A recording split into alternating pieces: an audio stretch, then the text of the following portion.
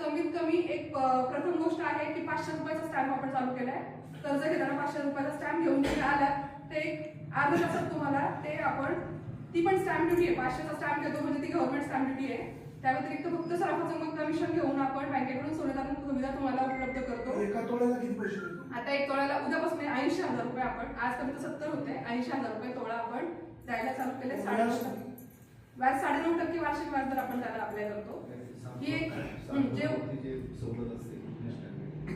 नाही ते 7/12 घेऊन तुम्हाला सोबत देतात. आपण 7/12 ऍक्च्युअली त्याच्यावर 0% व्याज देतो त्याच्यामुळे तो अडकून आपण ती काही दुसरे कर्ज करत नाही. त्याच्यात आपण 9.5% आता ती त्यांची पॉलिसी आहे त्याच्यात ते 7/12 घेतात. आपल्या बँकेकडे आपण 7/12 वगैरे त्याच्यात काही इन्क्लूड करून घेत नाही. त्यांचे प्रोसेसिंग चार्जही कारण कुठल्याही कर्ज सुविधांचे इतर बँकात जास्त आहेत.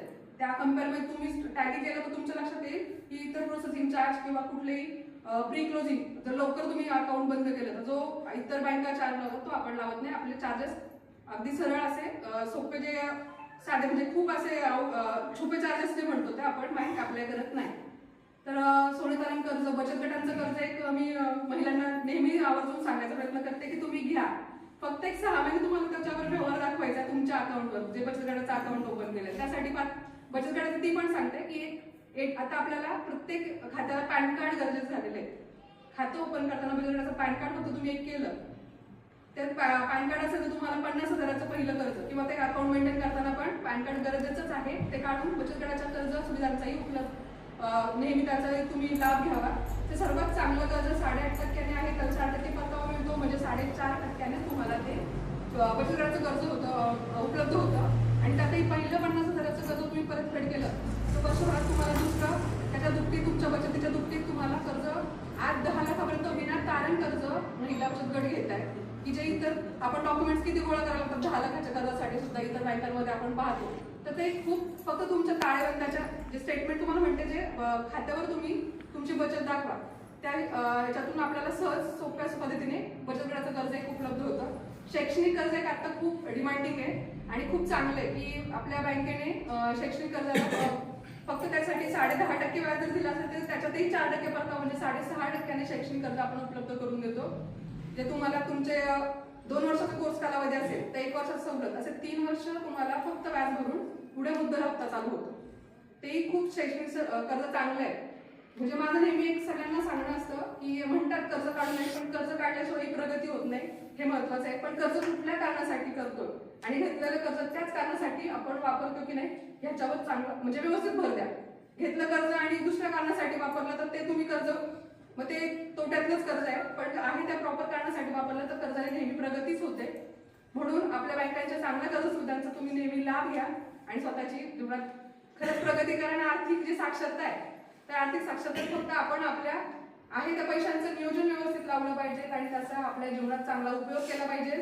आणि आपल्या साक्षरताच फक्त न राहता आर्थिक साक्षर होऊन आपल्या चांगल्या सुविधांचा लाभ घेऊन आपल्या प्रगतीला हे केलं पाहिजे.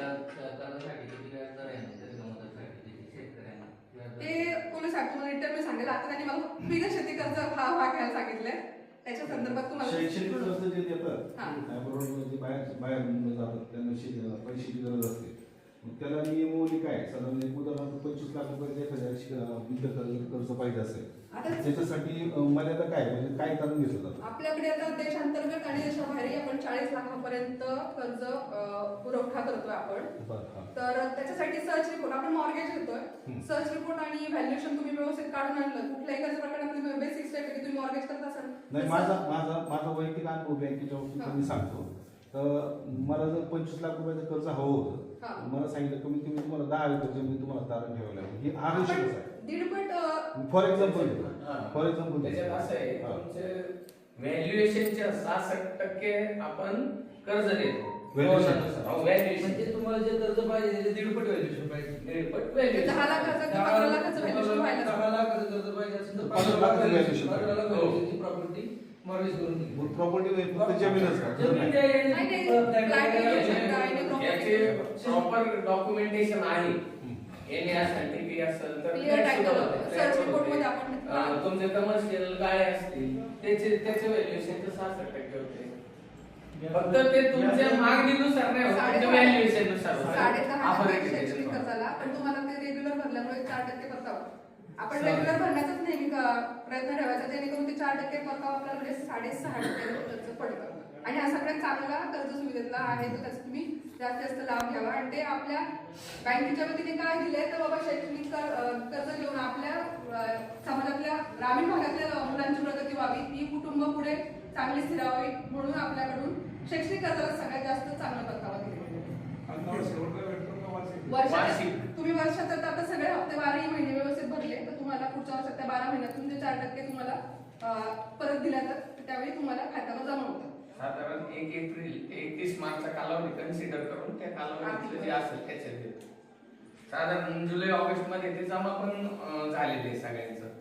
आणि आपल्याकडं तालुक्यातून सगळ्यात जास्त नारायणगाव शाखेत आपल्याकडे एज्युकेशन लोन सगळ्यात जास्त झालेली आहे. गृहकर्ज असाही आपल्या व्यवस्थित चाललेला आहे. गृहकर्जाला 8.5% व्याजदर आहे. त्याच्यामध्ये तुम्ही 75 लाखापर्यंत कुठलाही फ्लॅट, फक्त त्याच्यात मर्यादा एवढी की पुणे क्षेत्रातच आपला पुणे जिल्हा मर्यादित आहे. इतर बाहेरच्या प्रॉपर्टीसाठी आपण गृहकर्ज घेऊ शकत नाही. आणि गृहकर्ज हे जुना फ्लॅट खरेदीसाठी आहे, तुम्हाला दुसरं टेक ओव्हर करायचं त्यासाठी आहे, टॉपअपही भेटतो तुमचं दुसरीकडे चालू असेल तर त्याच्यामध्ये वाढ होऊन, आणि नवीन याच्यासाठी पण, आणि नवीन जागेत तुम्हाला जागा खरेदी करता तिथे बांधत असेल तरी गृहकर्ज उपलब्ध आहे. फ्लॅट मॉर्गेज नाही, आपलं कार्यक्षेत्र पुणे जिल्हा मर्यादित असल्यामुळे पुणे जिल्ह्यातलेच प्रॉपर्टी पाहिजे. गृह कर्जासाठी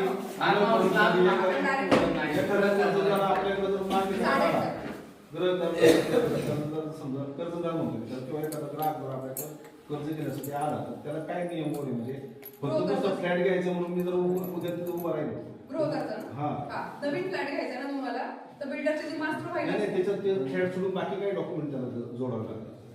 तुमचा जर तुम्ही व्यावसायिक असेल तर 3 वर्षाचा लायबिलिटी काय तपासली जाते आयटीआर चेक केला, तो सिबिल चेक केला तर तुमचा सिबिल 750 प्लस पाहिजे. आणि नंतर तुमचं जे आयटीआर 3 वर्षाचा व्यावसायिक असाल, शेतकरी असाल तर मॉर्गेज घेतो आपण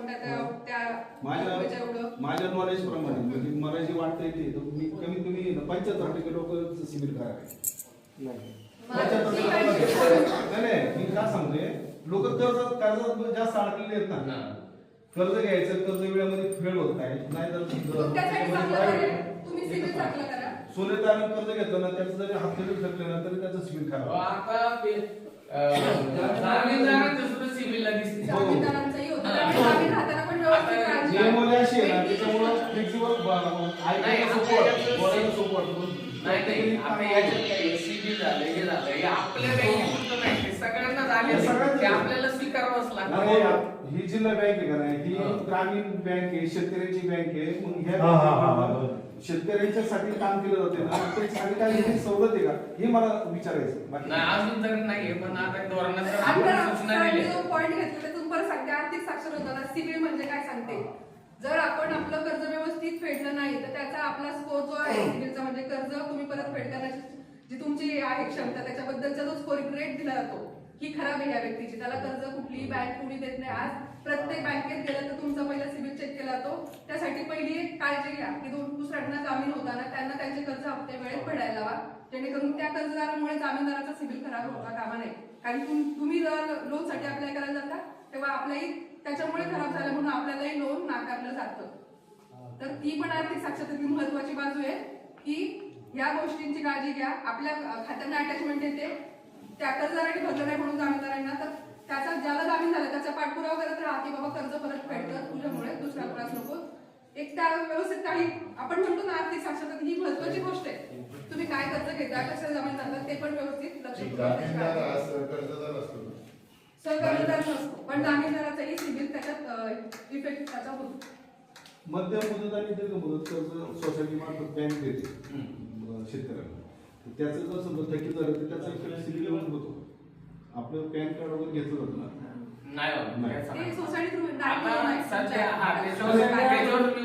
आमचं द्वारे आम्हाला माहित नाही. सोसायटी अजून हे झालेलं नाही.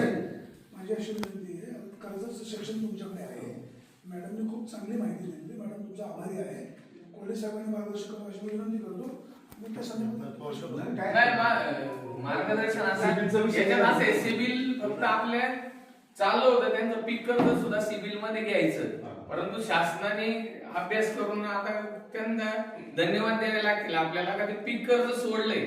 फक्त आपल्याला चालू बाकीचा दाखला हा आणून दिला तरी आपल्याकडे पीक कर्ज देतोय. त्याच्यामुळे आपण खरोखरच शासनाचे आभारी राहिलं पाहिजे.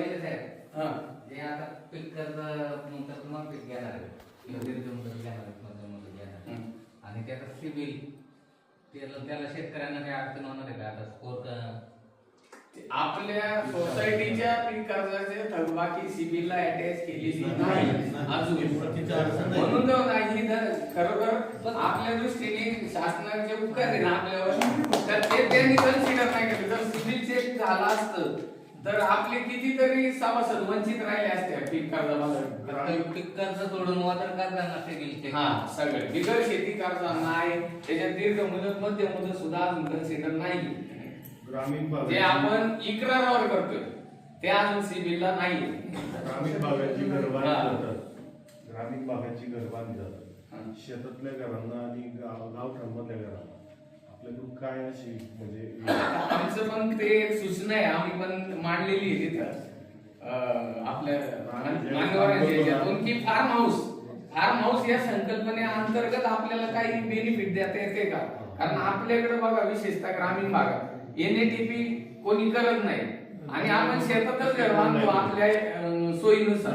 कोण नाही करीत. हा तर त्याच्यासाठी आपल्याला फार्म हाऊस ही संकल्पना स्ट्रक्चर करून बँकेने ते आणलं पाहिजे. आता तुम्ही त्याच्यात बाकीचे जे संस्था आहेत नाहीये ना मग ते आणली पाहिजे हे आम्ही मांडलंय आमच्या पद्धतीने. तसं असलं सूचना तरी आपण तुम्ही देऊ शकता. बरोबर, योग्य आहे. योग्य आहे आणि आपल्याकडे ते कर्ज जास्त जाऊ शकतं त्याला स्कोप आहे हे आम्ही मांडलेलं आहे. या अडचणी शेतकऱ्यांनाच भेटतात. हा हा बरोबर आहे. शेतकऱ्यांचेच प्रकरण जास्त बाकीच्या कोऑपरेटिव्ह बँका शेड्यूल बँकांमध्ये बाकीच्यांची कामं होऊन जातात. कोण सॅलरी पर्सन असेल, कोण बिझनेस पर्सन असेल. आणि मध्य मुदत आणि दीर्घ मुदत हे साधारणतः 10 ते 11% मध्ये तुम्ही म्हटले काय रेट आहे तर त्याच्यामध्ये आहे वेगवेगळ्या DL नुसार ते मध्य मुदत 10.5% हा टर्म लोन म्हणजे मध्य मुदत 5 वर्षाचं आणि आपलं द्राक्ष बागेचं आहे ते दीर्घ लोन मध्ये क्षेत्राची मर्यादा किती आहे त्याला कर्ज कशाला? मध्यम मुदत आणि दीर्घ मुदतीची? मध्यम मुदतला एकरी 3 लाख आपण सरासरी व्हॅल्युएशन धरून तुमचं काय प्रकरण आहे त्याच्यानुसार आहे. आता समजा गायीचं असेल तर एका गायीला काय कॉस्टिंग आहे ते आपल्या धोरणात आहे, त्याच्यानुसार तुमचे किती क्षेत्र आहे त्याच्यावर देतो आपण. पीक कर्जाचं किंवा मध्य मुदत असेल तुमच्या क्षेत्रावर अवलंबून येते. म्हणजे एखादा एकच एकरवाला शेतकरी आहे त्याला मध्यम मुदत कर्ज घ्यायचं तर त्याला 3 लाख रुपयाची मर्यादा. हा 3 लाखापर्यंत मग वर्ष तुमचं स्वगुंतवणुकी ती तुम्ही दिली का आम्ही कर्ज देणार आणि टोटल रक्कम समजा ट्रॅक्टर असेल तर ट्रॅक्टरच्या त्या याला जाईल एजन्सीला जाईल असं आहे. त्या सातबारावरती जर इथं कोणता पूजा असला नाही दीर्घ मुदत आणि मध्य मुदतला क्लिअर टायटल सातबाराच पाहिजे.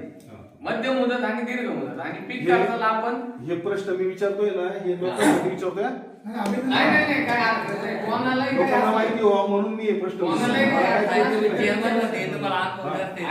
तसं नाही हे लोकांच्या माहितीसाठी काय कार्यक्रम त्याच्यासाठी हो. ते सर्व आर्थिक साक्षरता आणि माहित झालं पाहिजे. आता दुसरी गोष्ट असेल आता आपल्याकडे माहिती काय मागायला होईल त्याच्यामध्ये वेगळा काय अर्थ होईल हाच का नाही, नाही, नाही, अजिबात नाही.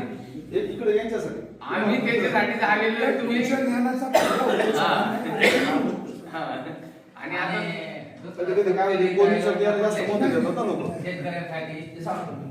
आता हे तो वाट साहेब करू घडले आणि आता शेवटचं असं का जे काही माहिती मागितलं सोसायटीकडे शासनाने मागितलं त्याच्यात त्या परिपत्रकात कर्जमाफीचा असा कोणताही उल्लेख नाही हे मी पहिल्यांदा नमूद करतो. पुनर्गठनचं आहे ना काय नाही पुनर्गठनचं आलेलं नाही ते वेगळे. परंतु आता सर्क्युलर आले त्याच्यात कर्जमाफीचं नाही फक्त ह्या जे नियमित कर्जदार आहे जे रेग्युलर वाहतात मागचे त्यांची 5 वर्षांची माहिती मागितली आणि एक 30/6/25 आणि 30/9/25 रब्बी हे जे थकबाकीदार आहेत त्यांची माहिती मागवलेली आहे. त्याच्यात विशिष्ट कॉलम दिलेले आहेत त्या फॉर्मॅट मध्ये दिली. आता त्याच्यात एक फार्मर आयडी म्हणून आहे तर तो पार्ट हा आपल्या शेतकऱ्यांनी फार्मर आयडी काढून तो सोसायटीला द्यायचा आहे. तर तेवढी फक्त अडचण आहे. बाकी आपली माहिती पॅन कार्ड आधार कार्ड बँकेत आहे किंवा यांच्याकडे आहे तर तो फार्मर आयडी ज्या शेतकऱ्यांचा राहिलाय त्यांनी काढून सहकार्य करा म्हणजे आपल्याला ती माहिती त्वरित शासनाकडे ते सांगा ते पण फार्मर आयडी तुम्ही आपल्याकडे संस्थेने ते काढून देऊ शकतो, हा, म्हणजे बाहेरही काढू शकता काही माहितीच नाही ना, कार्बन आयडी काय पुढं काढायचं. फक्त कुणी त्याच्यासाठी वंचित नाही राहिलं पाहिजे. नियमितला दिली शासनाने कर्ज समजा. माफीसाठी माहिती मागितली जात नाही हा. याचं कन्फर्मेशन. हा. तर ही माहिती मागवली किंवा माहिती मागितली कर्ज माफी हो ना, पण त्यांनी त्याच्यात क्लिअर केलेलं नाही त्या परिपत्रकामध्ये ही माहिती कशाची, फक्त मागवली. मग आता ते त्याचा अभ्यास करतील काय करतील हे आपल्याला माहित नाही. अजून अद्याप त्याच्यावर आपल्याकडं काही ठोस माहिती नाहीये बँक स्तरावर. फक्त माहिती आम्हाला तयार करून ठेवून आपले हेड ऑफिस किंवा झोनल पातळीवरती साठवून ठेवायची असे. माझा एक प्रश्न आहे, म्हणजे आता मला कळलं पाहिजे पहिला, बाकीच्यांना माहिती हा. नाही. आता जे आपण पुनर्गठन करायचं आहे तर त्याच्यामध्ये जुन्नर तालुका येतो का? आणि जर जुन्नर तालुका येत असेल तर लोकांनी जर वर्षभर कर्जच नाही भरायचं, म्हणजे समजा सुरेश वाणींच्या नावावर अगोदर 1,000 कर्ज आहे, त्यांना पुन्हा 1,000 कर्ज द्यायचं आणि 2,000 थकणार, तर ते पुन्हा येण्याचे सोर्सेस नाही. नाही याच्यामध्ये शासनाचं परिपत्रक ज्या ठिकाणी अतिवृष्टी झाली ते तालुके त्याच्यामध्ये घेतलेले. जुन्नर तालुका नाही. त्याच्यामध्ये सुरुवातीच्या एरियामध्ये जुन्नर तालुका होता आणि त्याच्यामध्ये म्हटलं होतं की 30 जून पर्यंत व्यवस्था घेतली आणि शेतकऱ्यांच्या पीक कर्ज आणि शेतीनिधी कर्जाचं पुनर्गठन. परंतु हा फक्त सरकारचा जी आर झालाय, परंतु बँकेकडून असं कोणतंही सर्क्युलर म्हणजे खालच्या शाखेला आलेलं नाही. तर तुम्ही त्याच्यावरच कमी आणि आता बँकेकडून असं कुठलंही सर्क्युलर पुनर्गठन करा किंवा वसुलीला स्थगिती द्या असं कुठलंही बँकेचं सर्क्युलर नाही. या साहेबांनी सचिवांच्या मीटिंग मध्ये सगळ्या संस्थांना सर्क्युलर दिलंय आणि मग हस्तेपर हस्ते लोकांपर्यंत ते मला कळलं. पण त्या सचिव मिटिंगला या साहेबांनी माझ्याकडे ते सर्क्युलर दिलं होतं आणि म्हटलं याच्याबद्दल बोला. म्हटलं गव्हर्नमेंटच्या सर्क्युलरवर आम्ही बोलणार नाही, जोपर्यंत बँकेचा कागद आमच्यापर्यंत येणार नाही तोपर्यंत आम्ही तुम्हाला ती माहिती देऊ शकत नाही. लोकांनी कर्ज भरायचं का नाही भरायचं? नाही, पण कर्ज भरायचं ते सांगतो मी. आता त्याच्यात नाही. आता एक मिनिट, मी पुनर्गठन आहे ना, पुनर्गठन समजा पुनर्गठन करा किंवा काय हे आहे, पण पुनर्गठनची माहिती तुम्हाला कोणाला माहिती आहे का? हे पुनर्गठन काय होतं कसं होतं ते मी बोलतो, तुम्हाला कोणाला माहिती आहे का हे कसं होतं सांगा ना. हा, पुनर्गठन आहे ना, समजा तुम्ही कर्ज घेतलं 10 रुपये कर्ज घेतलं तर पुनर्गठनचा जी आर येताना समजा 30/6/25 पर्यंत थकलेले 30/6/25 पर्यंत मागच्या पुनर्गठनाचं मी सांगतो कसं होतं. 30/6/25 पर्यंत तुमचं कधी थकलंय, तिथपासून 12% व्याजदर लावून जे येईल मुद्दल प्लस व्याज ती झाली तुमची मुद्दल, बरोबर. ती मुद्दल तुम्हाला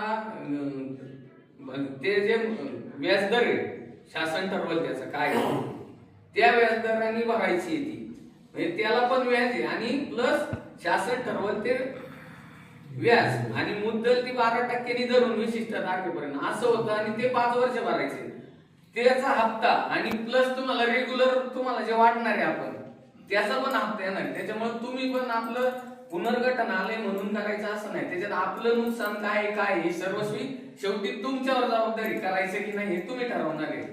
पण हे असं अशा पद्धतीने पुनर्गठन म्हणजे तुम्हाला दिलासा वगैरे, पण याचा सुद्धा आर्थिक गणित तुम्ही करून पहा. मला असं म्हणायचंय की गणित चुकीचंच होणार आहे, कारण हा, मला त्या तारखेपर्यंत जे तुम्ही कर्ज घेतलं त्याला येणारा इंटरेस्ट तो कॅपिटल तुमच्या मुद्दल होणार आहे आणि त्याच्यावर व्याज होणार आहे. 20,000 कर्ज घेतलेले 5,000 इंटरेस्ट ते कर्ज होणार 25,000 आणि पुनर्गठन मध्ये जो शासन निर्णय देईल 60% असेल 8% असेल त्या 20,000 नाही लागणार, 25,000 पुनर्गठन करणं सुद्धा चुकीचं आहे. नाही, मला हे का सांगायचंय, पुनर्गठन होते पण तुम्हाला त्याच्यातली माहिती आहे का हे असं असतंय तर तुम्ही त्याचं कॅल्क्युलेशन करा, हे व्याज आणि ते व्याज किती होते. पुनर्गठन म्हणजे फक्त रिन्युएशन करायचं आणि परत उचलायचं तुम्ही तर आपला तोटाच ज्यावेळेस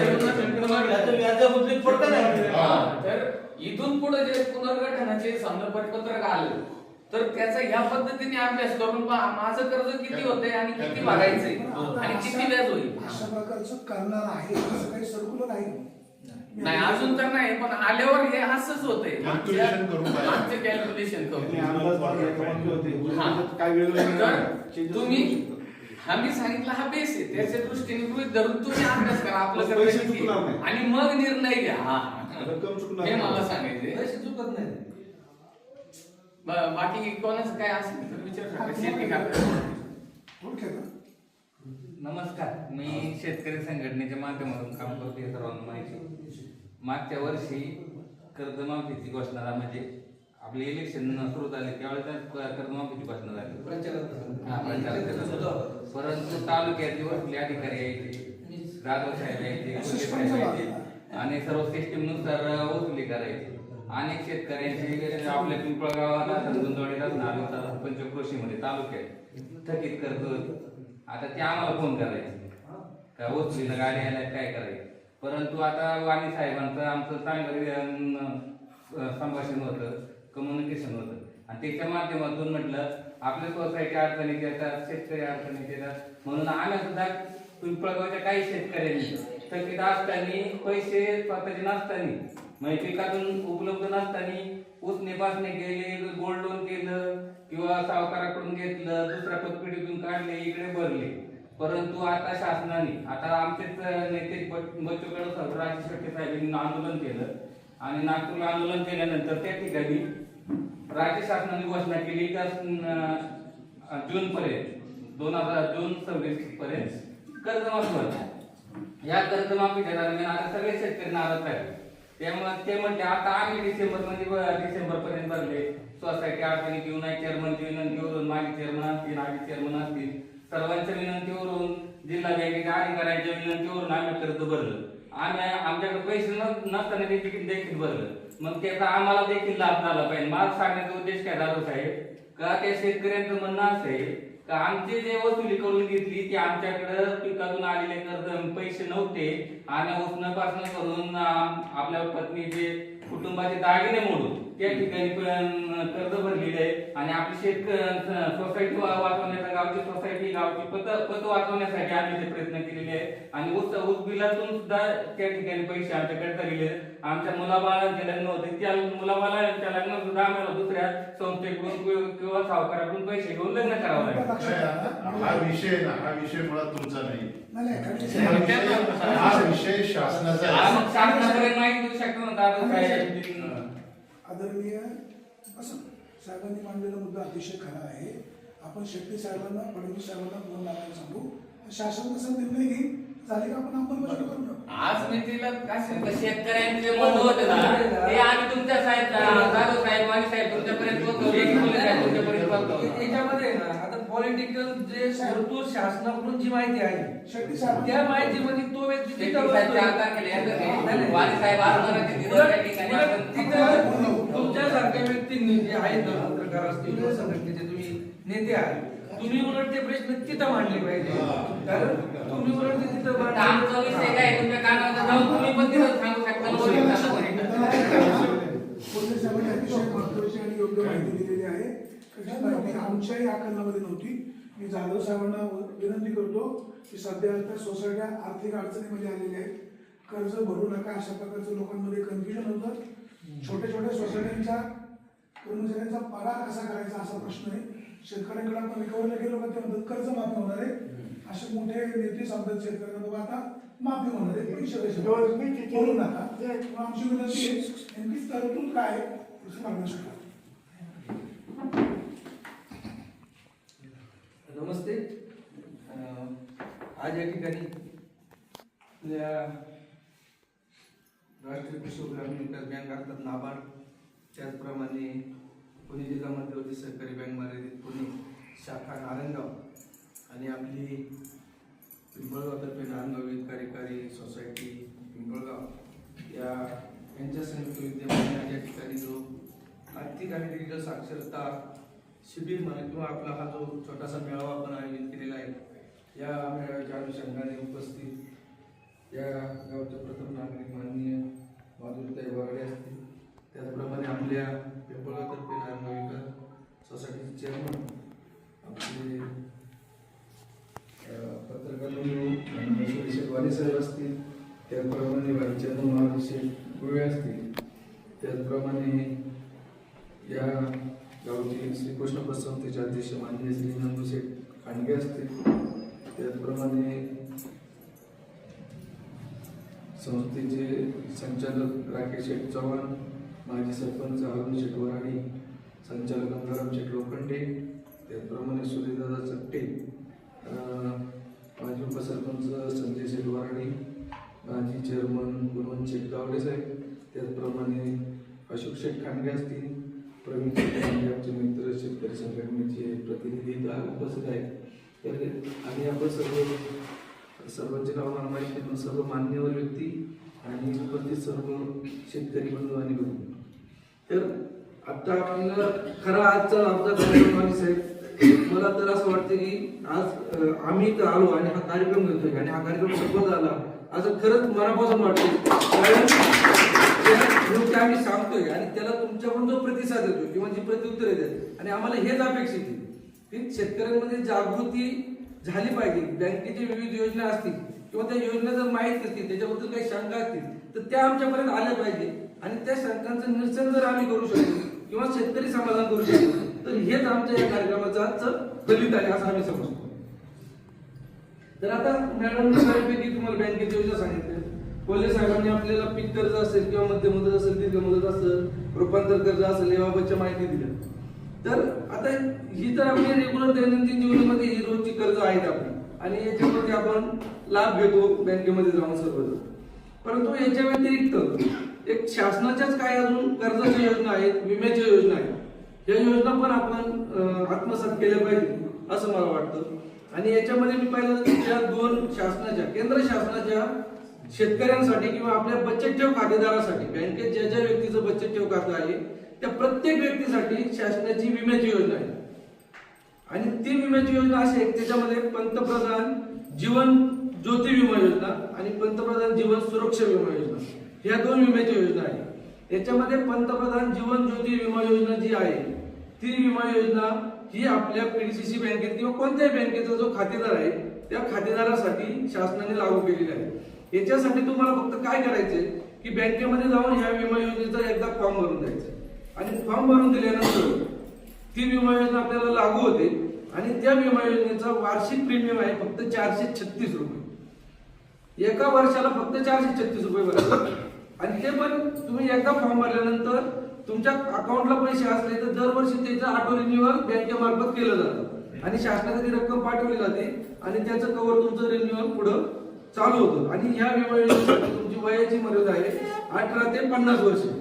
म्हणजे जी व्यक्ती 18 ते 50 वर्ष वयोगटामध्ये आहे आणि त्या व्यक्तीचं पीडीसीसी बँकेमध्ये अकाउंट आहे अशा सर्व व्यक्ती या योजनेचा लाभ घेऊ शकतात. ही योजना तुमचा ऍक्सिडेंट म्हणजे अपघाती मृत्यू किंवा नैसर्गिक मृत्यू कशाही पद्धतीने मृत्यू जरी आला तरी तुम्हाला तुमच्या वारसाला 2 लाख रुपये या योजनेमार्फत मिळतात. आज सर्वसामान्य कुटुंबासाठी 2 लाख रुपयाची मदत म्हणजे ही खूप महत्वाची योग्य वेळी होणारी मदत आहे. जरी खूप मोठी नसली परंतु योग्य वेळी 2 लाख रुपये जरी मिळाले त्या कुटुंबासाठी तर कुटुंब बऱ्यापैकी सावरतं किंवा कुटुंबाचे जे प्राथमिक खर्च किंवा अडीअडचणी असतात ते त्याच्यातून तो भागवू शकतो. त्याच्यामुळे माझी सर्वांना विनंती आहे की ज्या ज्या व्यक्तींचं पीडीसीसी बँकेमध्ये अकाउंट आहे त्या सर्व व्यक्तींनी आणि 18 ते 50 मर्यादा असणाऱ्या ज्या व्यक्ती आहेत त्या व्यक्तींनी पीडीसीसी बँकेमध्ये किंवा आपल्या कोणत्याही बँकेमध्ये जे खातं आहे त्याचं पहिलं पासबुक चेक करा. आपल्या घरामध्ये पासबुक असतं ते पासबुक चेक करा. 31 मे म्हणजे मे महिन्याचा शेवटचा आठवडा किंवा जून महिन्याचा सुरुवातीचा आठवडा या आठवड्यामध्ये आपल्या पासबुकमधून 436 रुपये किंवा दुसरी एक योजना 20 रुपयाची ते 20 रुपये जर कापून गेले आहेत का पहिले चेक करा. कारण ही योजना सर्व बँकांमार्फत राबवली जाते, फक्त पीडीसीसी बँके कारण शासनाची योजना आहे. त्याला मी सांगतो तुम्हाला नंतर जे प्रश्न येतात त्याची पण उत्तर देतो. फक्त माझं पूर्ण होऊ द्या. तर ही सर्व शासनाची योजना आहे. याच्यासाठी सर्व बँका या मध्यस्थी म्हणून काम करतात. त्याच्यामुळे सर्व बँकांमार्फत ही योजना राबवली जाते. काही बँकांनी शेतकऱ्यांची किंवा खातेदारांची परवानगी न घेता हे विमे उतरवलेले आहेत. त्याच्यामुळं तुमच्या पासबुकवरती हे पैसे कट झालेत का पहा. नसतील झाले तर आपल्या पीडीसीसी बँकेमध्ये तुम्ही येऊन फॉर्म भरून जर दिला तर तुम्हाला ही योजनेचा लाभ मिळू शकतो. आणि आपल्या जर पंचकृषीची किंवा वाणी साहेबांनी वगैरे विनंती केली किंवा तुम्ही असं जर बऱ्यापैकी जर खातेदार याच्यापासून वंचित आहे आणि त्यांना विमा उतरवायला सांगितलं तर आपण इथं सोसायटीमध्ये पण ते फॉर्म उपलब्ध करून देऊ आणि सोसायटीमध्ये सुद्धा ते फॉर्म भरून घेऊन आपण सर्व सभासदांना याचा लाभ करून देऊ शकतो. त्याचप्रमाणे दुसरी एक योजना आहे पंतप्रधान जीवन सुरक्षा विमा योजना. ही पण विमा योजना शासनाची आहे. हिला प्रीमियम फक्त वर्षाला 20 रुपये. किती? एका वर्षाला 20 रुपये. म्हणजे आपण पाण्याची बाटली घेतली तर 20 रुपये जातात आपले. तर ही योजना तर माझ्या मते सर्वच व्यक्तींनी घेतली पाहिजे.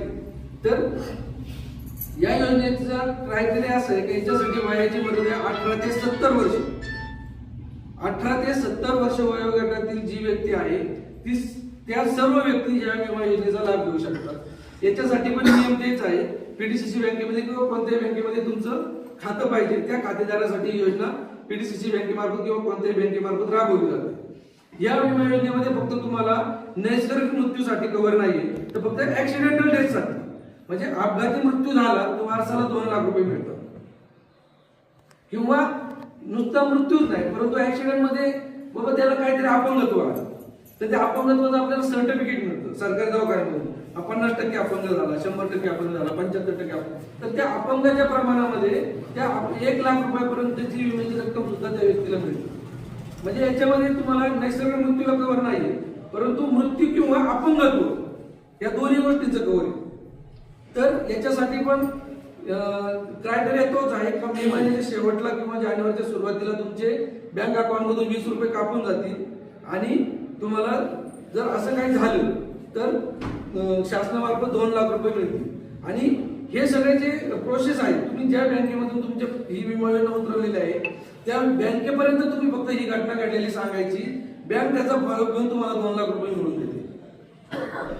आता याच्यामध्ये दुसरं असं आहे की आता सर्व लोकांची आपली शेतकऱ्यांची खाती बँकेमध्ये आहे. तुम्ही तो विमा आता घेऊ शकता परंतु आपल्या घरामध्ये इतर व्यक्तींची जर आपल्या पीडीसीसी बँकेमध्ये खाती नसतील तर तुम्ही ती खाती खोलून घ्या. त्याच्यासाठी 18 वर्षाच्या वयाच्या वरची जी व्यक्ती आपल्या घरातली मुलं असतील, आपले नातू असतील, नवीन लग्न होऊन सुना आलेले असतील तर अशा सर्व लोकांची पीडीसीसी बँकेमध्ये तुम्ही खाती खोलून घ्या. आपण हा जो जनजागृती किंवा शिबिराचा कार्यक्रम घेतलेला आर्थिक साक्षरतेचा याच्या संदर्भाने जर तुम्ही ह्या आठवड्यामध्ये येत्या 8 दिवसामध्ये पीडीसीसी बँकेमध्ये अकाउंट जर उघडलं तर आता आपली तर आहे पण आपल्या घरातल्या किंवा आपल्या शेजारच्या बाजारच्यांची जर अकाउंट नसतील तर या कार्यक्रमाचा संदर्भ देऊन जर आपण पीडीसीसी बँकेमध्ये अकाउंट उघडलं तर आपल्याला नॉर्मल खातं उघडायला 500 रुपये लागतात माझ्यासाठी. परंतु या कार्यक्रमाच्या माध्यमातून मॅडम आपण फक्त 100 रुपयामध्ये सर्व लोकांची खाते उघडून घ्या. नंतर तुमच्याकडे पैसे आल्यानंतर त्याचा बॅलन्स मेंटेन 500 रुपये तुम्ही करा. परंतु सुरुवातीला तुम्हाला कोणती जबरदस्ती केली जाणार नाही. या योजनेच्या खाली तुमचं 100 रुपयामध्ये आपण पीडीसीसी बँकेमध्ये खातं करून देणार. त्याला 8 दिवस साधारणतः. ते पण जर तुम्ही म्हटले बा आमच्याकडे अशाची खाती आहे आमच्याकडे इथं फॉर्म द्या आम्ही इथं सही मारायच्या कागदपत्र काय लागतं सर? खातं खोलायला Aadhaar card, PAN card, 4 photo. PAN card आणि 4 फोटो. याच्या व्यतिरिक्त काय लागेल फॉर्म भरून द्यायचं. तर आपलं खातं खोलून घ्या आणि ज्यांची नवीन खाती आपण खोलणार आहे त्यांच्यासाठी पीडीसीसी बँकेमार्फत हा जो 20 रुपयाचा विमा सांगितलाय हा पहिल्या वर्षी पीडीसीसी बँकेमार्फत फ्री दिला जाणार.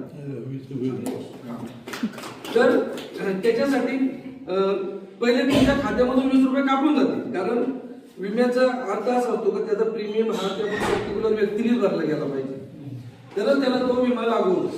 म्हणून तुमच्या खात्यातून 20 रुपये कापून जातील परंतु ते 20 रुपये बँकेमार्फत तुमच्या खात्याला परत जमा केले जातील. म्हणजे तो तुमच्या वैयक्तिक खात्यातून गेला असं दिसला पाहिजे. ज्यावेळेस त्याचा क्लेम करायचा असतो त्यावेळेस ती अट असते त्या विम्याचे पैसे पर्टिक्युलर त्या खातेदारांनी भरलेत की नाही भरले. कारण त्याला पुरावाच आपला कारण विमा उतरवलेला पुरावाच आपल्याला ते पासबुकची प्रिंट असते. फॉर्मॅलिटी कंप्लीट झाली. हो फॉर्मॅलिटी कंप्लीट झाली पाहिजे.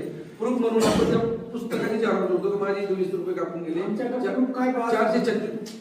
पासबुकच ना पासबुकातून पैसे कट झालेले असतात ना तुमचे तोच प्रूफ आहे. नाही तुमचे पैसे कट झाले म्हणजे त्यांना काय म्हणायचं बेनिफिट आम्हाला मिळालं आमचं करणार कसं पैसे कापून प्रिंटिंग आहे पण आता आम्ही विमा धारक झालो आम्हाला काही पॉलिसी नाही तुमच्या खात्याला पैसे डिव्हिड झाले म्हणजे तुम्ही लाभधारक झाले. तुम्ही त्याला लाभ चालू झाला म्हणजे बँकेचं पासबुक आहे ना ते बँकेच्या पासबुक मधून कापून गेले म्हणल्यावर बँकेने पैसे हे तुमचे शासनाकडे पाठवले विमा कंपनीला, म्हणजे तुम्ही त्या पासबुकच्या याच्यावर त्याचा क्लेम करू शकता. कारण आमच्याकडे ज्या वेळेस असे काही घटना घडतात आणि ती व्यक्ती किंवा त्याचे वारस आम्हाला विचारायला येतात, त्यावेळेस आम्ही तेच सांगतो की तुमचं पासबुक घेऊन या, आम्हाला बघू द्या. पासबुक मधून पैसे कापून घेण्याचं त्यांना 100% सांगतो की तुम्हाला याचा रिस्पेक्ट मिळणार. आणि जर मृत्यू झालेला असा अपघाती तर त्याच्यासाठी दोन्ही पण योजनांचा वन टाइम लाभ मिळतो. म्हणजे 2 4 लाख, म्हणजे 436चे 2 लाख वेगळे मिळणार, 20 रुपयाचे 2 लाख वेगळे मिळणार. फक्त असं आहे की जर वेगवेगळ्या बँकांमधून तुम्ही जर 436 प्रत्येक बँकेतून कापून दिली तर कुठंतरी एकाच ठिकाणी क्लेम आहे, प्रत्येक ठिकाणी होणार. त्याच्यामुळे मी तुम्हाला सुरुवातीला जे सांगितलं की आपलं पासबुक चेक करा आणि पासबुक मध्ये आपले जर पैसे कापून गेले असतील तर मग इकडे काय उतरायची गरज नाही. फक्त ते पण कापून गेले ते कंटिन्युएशन आहे का त्याच्यामध्ये, का फक्त एकदा गेले तर परत पुढच्या मे मध्ये जून मध्ये गेलेच नाही तर मग तुमची तिथं पॉलिसी ड्रॉप होते. त्याच्यामुळे तुम्ही ते आपल्या खात्याला मे महिन्याच्या सुरुवातीला 500 रुपये आणून भरून ठेवायचे, म्हणजे 436 रुपये आपले कापून जातील आणि आपला विमा कंटिन्यू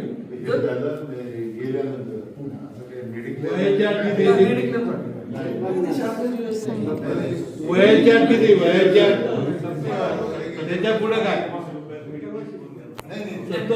70 वर्ष 70 वर्षाच्या पुढच्या लोकांसाठी काय? आता ह्या ऐका, ही योजना पीडीसीसी बँकेची नाही, ही योजना आहे सेंट्रल गव्हर्नमेंट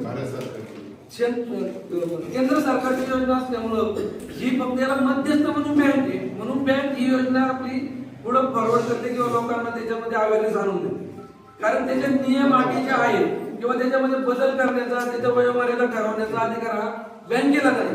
हे सगळं याचं सगळं जे ठरलेले जे आहेत नियम अटी या शासनाने ठरवून दिलेले आहेत. ज्येष्ठ नागरिकांसाठी काय आहे ना 20 रुपये 70 वर्षापर्यंत आहे, त्याच्यापुढे नाही. पुढे मी होतो 70 त्याचप्रमाणे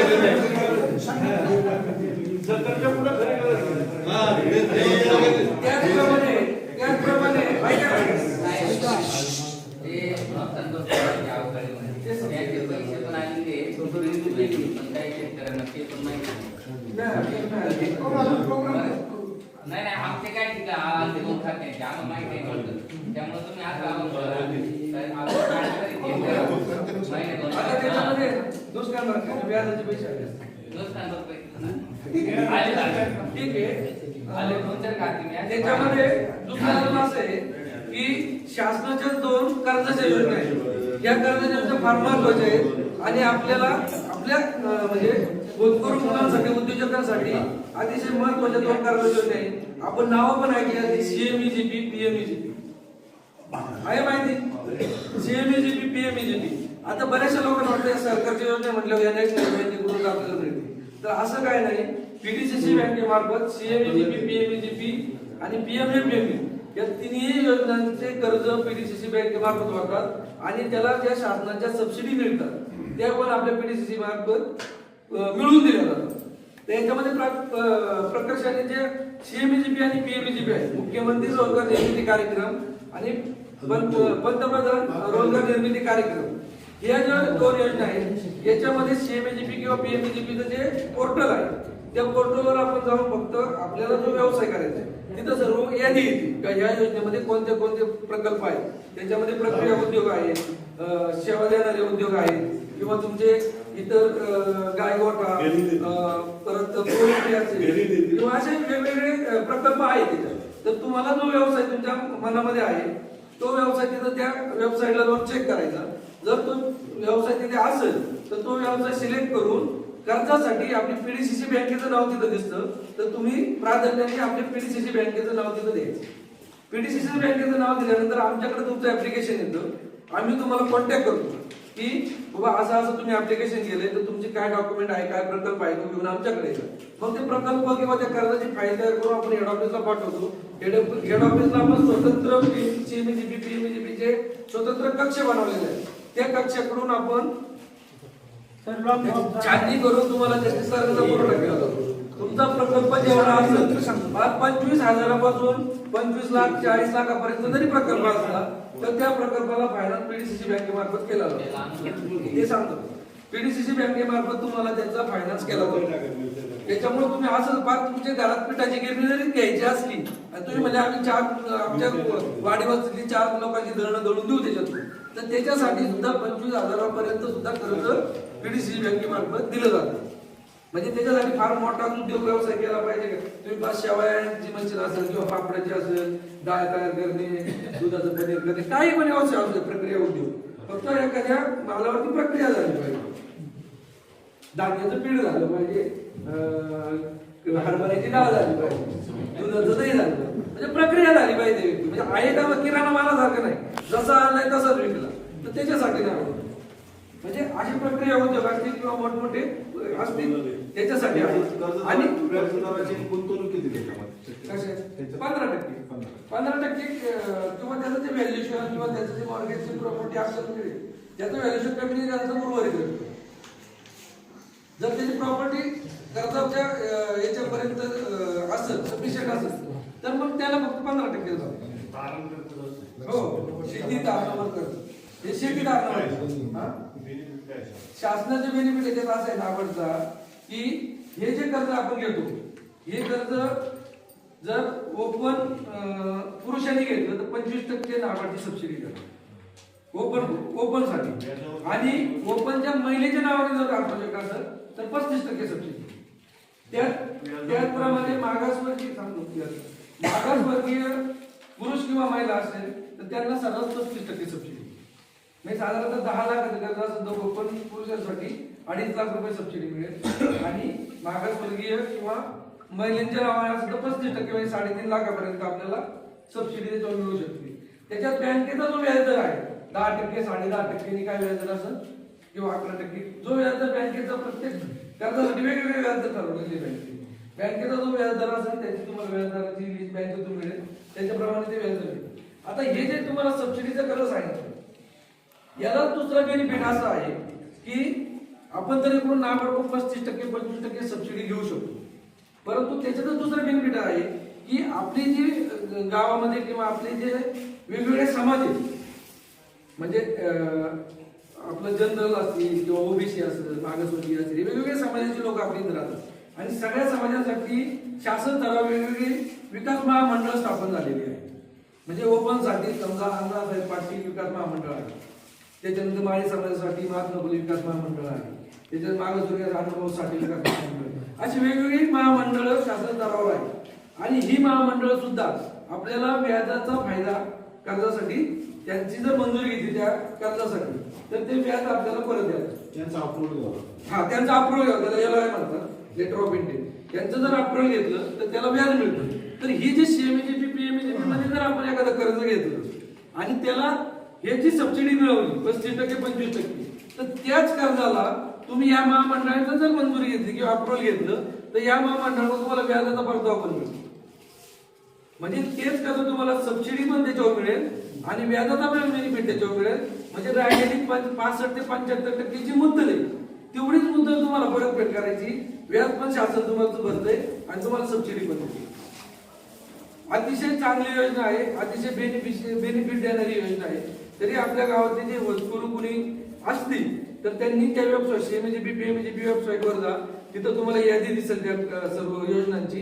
त्याच्यात जर आपल्याला एखादा उद्योग व्यवसाय करायचा असेल तर त्या उद्योग व्यवसायाच्या अनुषंगाने आपण प्रक्रिया उद्योग जर सुरू करायचा असेल आणि त्यात जर सिबिल खराब असेल तर मग ते त्याच्यात काय फायदा नाही. कुठलं समजा तुमच्या बँकेमध्ये काय त्यांची मध्य मुदत, पीक कर्ज मुदत आपल्या PDCC बँकेतलं पीक कर्ज थकबाकीदाराला तर कोण त्यात लाभ मिळणार सिबिल खराब होतं ना. पण मला वाटतं सिबिल चेक करत नाही सध्या. अण्णासाहेब याला तारण आहे काही नाही ना, याला शेती तारणावर. आता विषय असा आहे ह्या अण्णासाहेबाला साहेब तारण नाही. शेतकरी बेस असल्यामुळं या सर्व योजना या शेतकऱ्यांच्या शेत जमीन तारणावर दिल्या जातात. आता याला असं आहे की या योजना जरी शासनाच्या असल्या, कर्ज धोरण हे ज्या त्या बँकेचं आहे. मग आमचं जे आहे त्याच्यातच मध्य मुदतचं देणार तुम्हाला, त्याचा बेनिफिट शासनाकडून येणार. बँक ऑफ महाराष्ट्राचं वेगळं आहे धोरण समजा कर्जाचं ते त्यानुसारच फाईल होतात ते वेगवेगळे असू शकतो, व्याजदर वेगळा असू शकतो, प्रोसेस डॉक्युमेंटेशन वेगळं असू शकतं.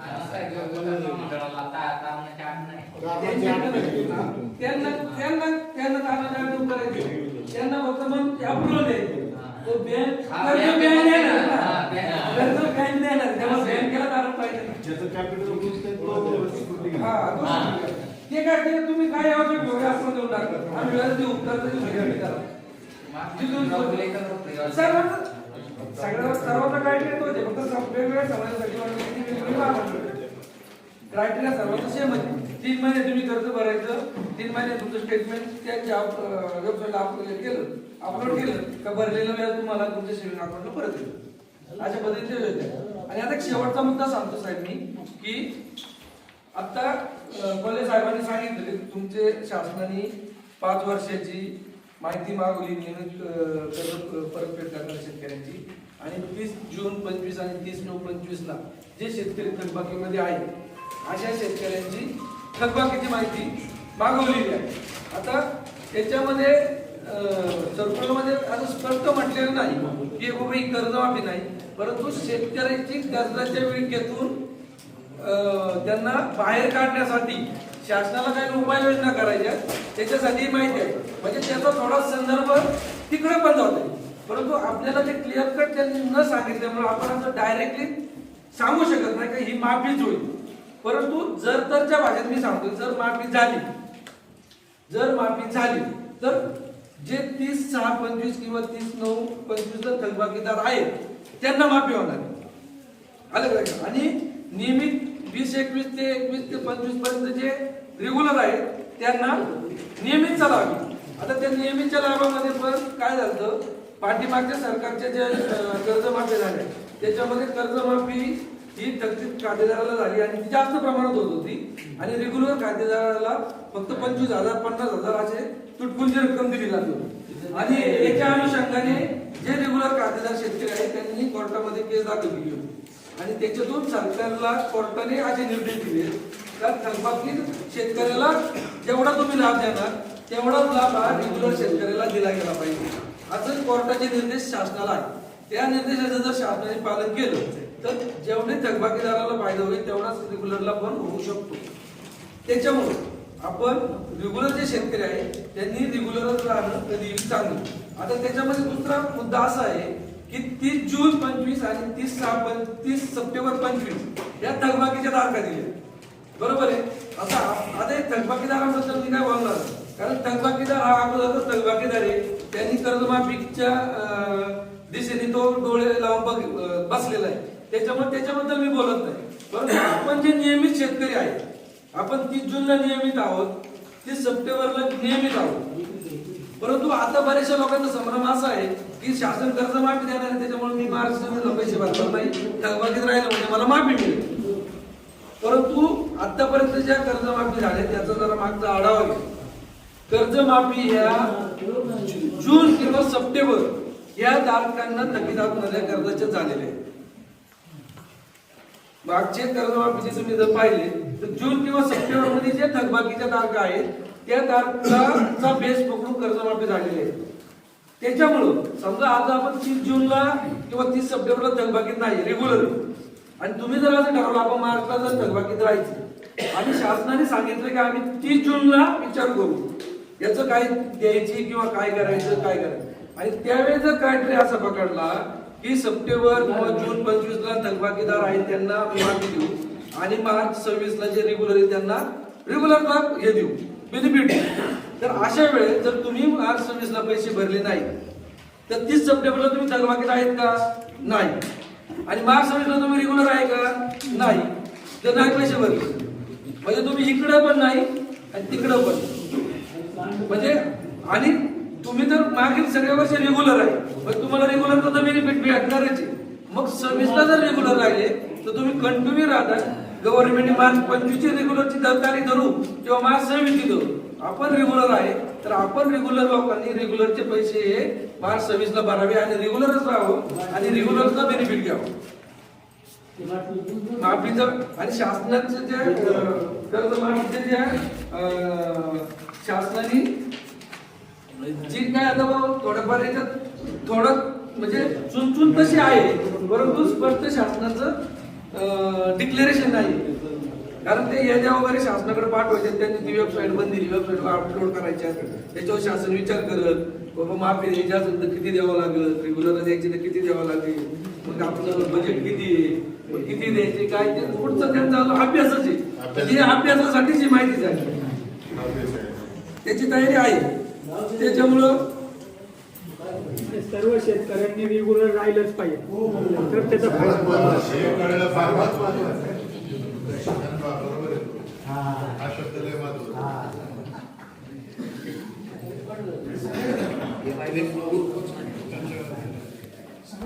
आज या ठिकाणी आता पुन्हा काय अडचण नाही. आज या ठिकाणी आपल्या सर्वांचे मार्गदर्शक आणि आपले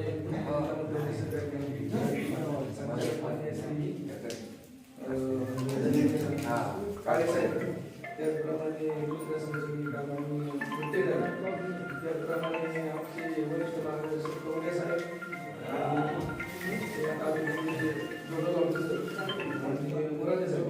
या सर्वांच्या मार्गदर्शनाने आज आम्ही सर्व या ठिकाणी काम करतोय आणि यांच्याच मार्गदर्शनाखाली आज आम्ही असे वेगवेगळ्या गावामध्ये सर्वांना संबोधित करतो. आज आपण या ठिकाणी आलात आणि आमची 4 शब्द ऐकून घेतले आणि तुम्ही पण त्याच्यात आम्हाला प्रतिसाद दिला, ते फार कौतुकास्पद आहे. आणि आम्हाला पण समाधान वाटतं की आज आम्ही आमच्या शेतकरी राजाला काय दिले आणि त्यांनी पण ते आत्मसात केले. कारण तुमचे प्रश्न आले त्याचा अर्थ तुम्ही आमच्याकडून ते घेतल्याशिवाय तुमचा प्रश्न निर्माण होत नाही आणि तुमचे प्रश्न निर्माण झाले तुम्ही आमच्याकडून माहिती घेतली आणि कितपत आम्ही योग्य दिली तुम्हाला कळली, पण तुम्ही प्रत्युत्तर केले, आम्ही त्याच्यात तुम्हाला समाधान करण्यात कितपत यशस्वी झाले हे तुम्ही तुमच्या प्रतिक्रियेमधून तुम्ही दिलेल्या प्रतिसादातून आम्हाला समजेल. कारण वेगवेगळ्या योजना किंवा आपण हे आपण साहेब तुम्ही सांगितलं की तर आपण संस्थेमध्ये सोय करू, त्या पद्धतीने हे करू. तरी या सर्वांच्या मार्गदर्शनाखाली आज या ठिकाणी आम्हाला बोलण्याची संधी दिली त्याबद्दल मी आपल्या सर्वांचे आभार मानतो. आणि आपण इथं आलात आणि परिसर हा कार्यक्रम यशस्वी केला त्याबद्दल सर्वांचे धन्यवाद.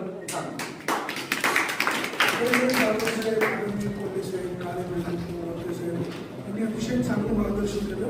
त्याबरोबर शेतकरी संघटनेचे अभ्यासक प्रमोद भाऊ खांडगे यांनी चांगले मुद्दे मांडले. माझे चेअरमन साहेबांनी काही मुद्दे त्यांना माहिती दिली, सगळ्यांना कळावं अशा प्रकारची त्यांनी माहिती दिली. सगळ्यांचा आभारी आहे. अशा प्रकारचं समुपदेशन भविष्यकाळामध्ये होणं गरजेचं आहे. आपण संपर्कामध्ये राहू जेणेकरून सोसायटीच्या माध्यमातून लोकांपर्यंत ते जाईल. बँकेच्या ज्या ज्या काही योजना आहेत त्याही लोकांपर्यंत पोहोचतील. आदरणीय काळेसाहेब असतील, मुंडे मॅडम असतील किंवा आमचे कवडे साहेब असतील, दुसरे मोदे साहेब असतील, हे सगळे आमचे मार्गदर्शक आहेत. आम्ही सगळे तुमचे शुभचिंतक आहोत. सर आपण इथं आलात, योग्य मार्गदर्शन केलं, सगळ्यांच्या वतीनं आपले जाहीर आभार मानलो. धन्यवाद. सगळ्यांनी चहा घ्या, वडा घ्या, काही सूचना वाटली तर सोसायटीचं ऑफिस आहे 10 ते 5 कार्यालय सुरू असतं.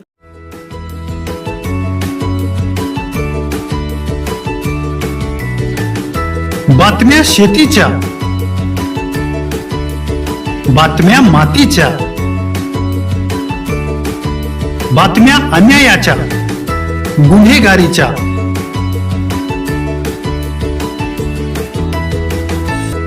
राजकारणाच्या आणि समाजकारणाच्या, शोषणाविरुद्ध बुलंद आवाज, जनसामान्यांच्या हुंकाराची गाज, सत्कार्याला प्रोत्साहन, दुष्कृत्याला अनुशासन, निर्भीड, निस्पृह, सडेतोड, बेधडक आणि रोखटोक म्हणजेच विघ्नहर टाइम्स. शोध बातमीचा, ध्यास सत्याचा. आपलं चॅनल, आपली बातमी. सबस्क्राईब तर कराच, पण बेल आयकॉनवर क्लिक करायलाही विसरू नका.